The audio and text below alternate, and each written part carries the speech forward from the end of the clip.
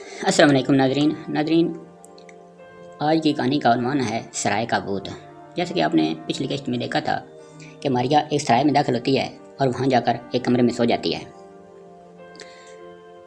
تو اس کہانی کو شروع کرنے سے پہلے آپ دوستوں سے گزارش ہے کہ میرے چینل کو سبسکرائب کر لیں تاکہ ہم بار بار ملیں۔ تو آئیے کہانی شروع کرتے ہیں۔ یہ کمرہ ایک امیر ہندو تاجر کا تھا۔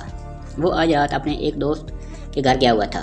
جب سے سامری جادوگر نے ماریا کی خفیہ طاقتیں چھین لی تھیں، ماریا کو نیند اور بھوک ستانے لگی تھی، ورنہ اس سے پہلے نہ تو اسے نیند آتی تھی اور نہ بھوک لگتی تھی۔ کبھی کبھی وہ سکون لینے کے لیے سو جاتی تھی، مگر اب ماریا کو پلنگ پر لیٹے ہی نیند نے دبوچ لیا۔ اسی سرائے میں رمیش نامی ایک ہندو کام کرتا تھا۔ وہ بلا کا مکار اور چور انسان تھا۔ اس نے ہندو تاجر کی غیر موجودگی میں چوری کا منصوبہ بنا رکھا تھا۔ آدھی رات ہوئی تو وہ اپنے ایک ساتھی چور کے ساتھ کمرے میں گھس آیا۔ دونوں چوروں نے کپڑے کے نقاب چڑھا رکھے تھے۔ چاند کی روشنی کھڑکی کے راستے اندر آ رہی تھی۔ کھڑکی کے پاس ہی پلنگ تھا۔ رمیش اور اس کے ساتھی نے دیکھا کہ کوئی لحاف اوڑھے سو رہا ہے۔ دونوں ایک کونے میں کھڑے ہو کر خسر خسر کرنے لگے۔ رمیش کے ساتھی چور نے کہا، تم نے تو کہا تھا کہ تاجر اپنے دوست کے گھر گیا ہوا ہے اور کمرہ خالی پڑا ہے، پھر یہ کیا تمہارا باپ سو رہا ہے؟ رمیش نے کہا، تاجر تو میرے سامنے مالک کو یہی کہہ کر گیا تھا کہ شاید بعد میں پروگرام بدل گیا ہو۔ ساتھی چور نے دبے لہجے میں کہا، پھر اب کیا پروگرام ہے؟ بڑا خطرہ مول لے کر یہاں آئے ہیں، خالی ہاتھ واپس نہیں جائیں گے۔ رمیش بڑا خونی قسم کا چور تھا، کئی آدمیوں کا مار چکا تھا۔ اس نے کھنجر نکال لیا اور بے رحمی سے ہنس کر بولا، خالی ہاتھ کون کم وقت جائے گا؟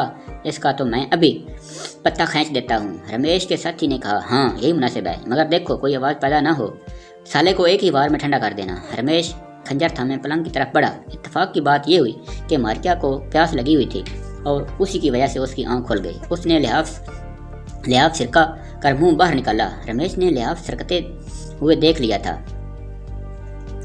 مگر ماریا کو تو وہ دیکھ نہیں سکتا تھا۔ ماریا نے دونوں چوروں کو دیکھ لیا تھا۔ وہ سارا معاملہ سمجھ گئی تھی اور لحاف اکٹھا کر کے اٹھ بیٹھی۔ پلنگ زور سے چرچرایا۔ رمیش اور ساتھی چور نے لحاف کو اکٹھا ہوتے اور پلنگ چرچرانے کی آواز سن لی تھی، مگر کوئی نظر نہیں آ رہا تھا۔ ان دونوں کا تو خون خشک ہو گیا تھا۔ ساتھی چور نے کچھ کہنا چاہا، مگر الفاظ حلق میں ہی فن سے رہ گئے۔ وہ بھگنا چاہتا تھا، مگر پاؤں من بھاری ہو گئے تھے اور جسم یوں کانپ رہے تھے جیسے جاڑے کا بخار چڑھ آیا ہو۔ ماریا نے قریب آ کر کہا، تو تم دونوں چور اور قاتل ہو؟ ہے۔ دونوں کی گگی بند گئی۔ دونوں چیخیں مارتے کمرے سے نکل بھاگے۔ پتھر تو گویا سرائے میں بھونچال آ گیا۔ سارے مسافر جاگ پڑے، مگر دونوں چور بھاگ نکلنے میں کامیاب ہو گئے تھے۔ ماریا دوبارہ پلنگ پر لیٹ کر سو گئی۔ صبح کھڑکی کے راستے سورج کی کرنوں نے آ کر اسے جگایا۔ ماریا کمرے کے ساتھ بنے غسل خانے میں جا کر نہانے لگی۔ اتفاق کی بات کہ سرائے کا بہرا کمرے کے سامنے گزرا۔ اس نے جب نل سے پانی گرنے کی آواز سنی تو رک گیا۔ ہندو تاجر تو رات سے آیا ہی نہیں تھا۔ اس نے سوچا، غسل خانے میں کون نہا رہا ہے؟ ساتھ ہی بہرے کو رات والا ہنگامہ یاد آ گیا۔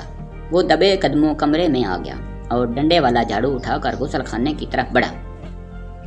ادھر ماریا نہا کر کپڑے بدل چکی تھی۔ اس نے نل بند کیا، اسی وقت غسل خانے کا دروازہ کھل گیا۔ ماریا نے دیکھا کہ بہرا بڑی حیرانی سے اندر دیکھ رہا ہے۔ بہرے کی حیرت تو عروج پر تھی۔ غسل خانے کے فرش پر صابن کی جھاگ پھیلی ہوئی تھی۔ نل بھی بند ہو گیا تھا، مگر غسل خانہ خالی پڑا تھا۔ ماریا مسکرائی ہوئی بہرے کی طرف دیکھ رہی تھی۔ اسے جو شرارت سوجی، اس نے بہرے کی قمیض پکڑ کر کھینچی۔ بہرا اچھل پڑا۔ ماریا نے بڑی میٹھی آواز میں کہا، ہیلو، کیا حال ہے؟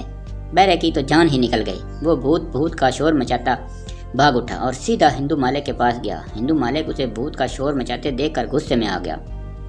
یہ اس کے کاروبار کا معاملہ تھا۔ اگر مسافروں کو یقین ہو جاتا کہ اس سرائے میں کوئی بھوت ہے تو وہ فوراً سرائے چھوڑ کر چلے جاتے۔ ہندو مالک نے بہرے کو تھپڑ مارتے ہوئے کہا، ابے رات بھنگ تو نہیں پی لی جو صبح بھوت نظر آ رہا ہے؟ بہرے نے کانپتے ہوئے کہا، مالک سچ کہتا ہوں، کمرہ نمبر 32 میں بھوت ہے۔ ہندو نے کہا، تو نے اسے دیکھا تھا کیا؟ بہرا بولا، نہیں مالک، اس کی آواز سنی تھی، وہ کسی زنانہ بھوت کی آواز تھی۔ اسی دوران کئی مسافر ان دونوں کے گرد اکٹھے ہو چکے تھے۔ ہندو مالک گھبرا گیا۔ اس نے کہا، ابے تیرے کان بجے ہوں گے، ذرا چل مجھے بھی دکھا، بھوت کہاں ہے؟ اگر بھوت نہ ہوا تو میں تیری کھال کھنچوا کر اس میں بھوسا بھر دوں گا۔ دماغ چل گیا سالے کا۔ ہندو اور بہرا کمرے کی طرف چل دیے۔ کئی مسافر بھی ساتھ ہو لیے۔ ماریا کو بھوک لگ رہی تھی۔ وہ کمرے سے نکلنے لگی تھی کہ سارے لوگ آ گئے۔ ماریا ایک طرف کھڑی ہو گئی۔ ہندو مالک نے دھوتی سنبھالتے ہوئے کہا، کہاں ہے بھوت؟